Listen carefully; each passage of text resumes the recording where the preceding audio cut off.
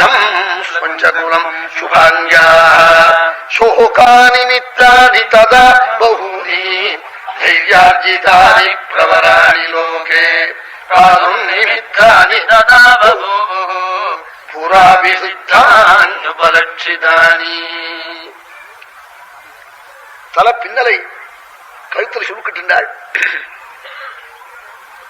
அவன் எவலோகத்துக்கு போயிடுறேன், இன்னுமே என் பிரபு இல்லாத இடத்தில் துஷ்ட ஸ்திரீகள் என் நாதனை நிந்திச்சதை கேட்க முடியாதுன்னு உத்பத்திய வேண்டும் சீக்கிரம் அஹம் கமிஷ்யாமி யமஸ்ய மூலம். யமலோகம் போயிடுறேன் நாள கழுத்துல பின்னல சுருக்கிட்டாள். அது ஒரு கலையில கட்டி கொள்ளணும், கட்டி கொண்டு தொங்கினா தான் உயிர் போகுமா? அதற்காக என்ன பண்ணினாள், ராவணனுடைய குலதெய்வத்தின் கோவில் அங்க 1000 தூண்களுடன் இருக்கு. அதுக்கு சைத்திய பிராசாதம்னு பேரு.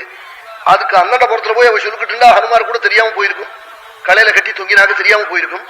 அவ என்ன பண்ணினாள், அங்க இருந்தவள் கழுத்துல இட்டுண்ட சுருக்க கட்டி கொள்வதற்காக அந்த மரத்தினுடைய கலையை வந்து பிடிச்சார் வால்மீகி. எந்த மரக்கலையே நாள், ஹனுமார் உட்கார்ந்து இருக்கிற மரக்கலைய.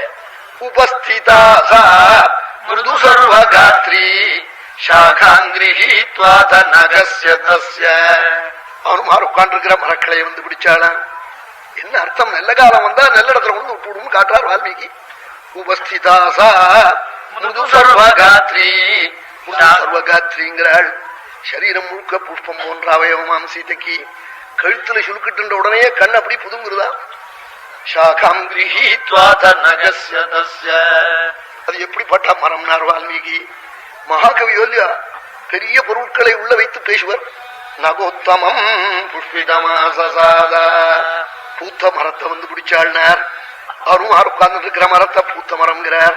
என்ன அர்த்தம், ராமன் ஆகிற ஒரு பெரிய மகாபரம் வருவதற்கு முன்னாடி ஹனுமார் ஆகிற பூ பூத்த மரமா.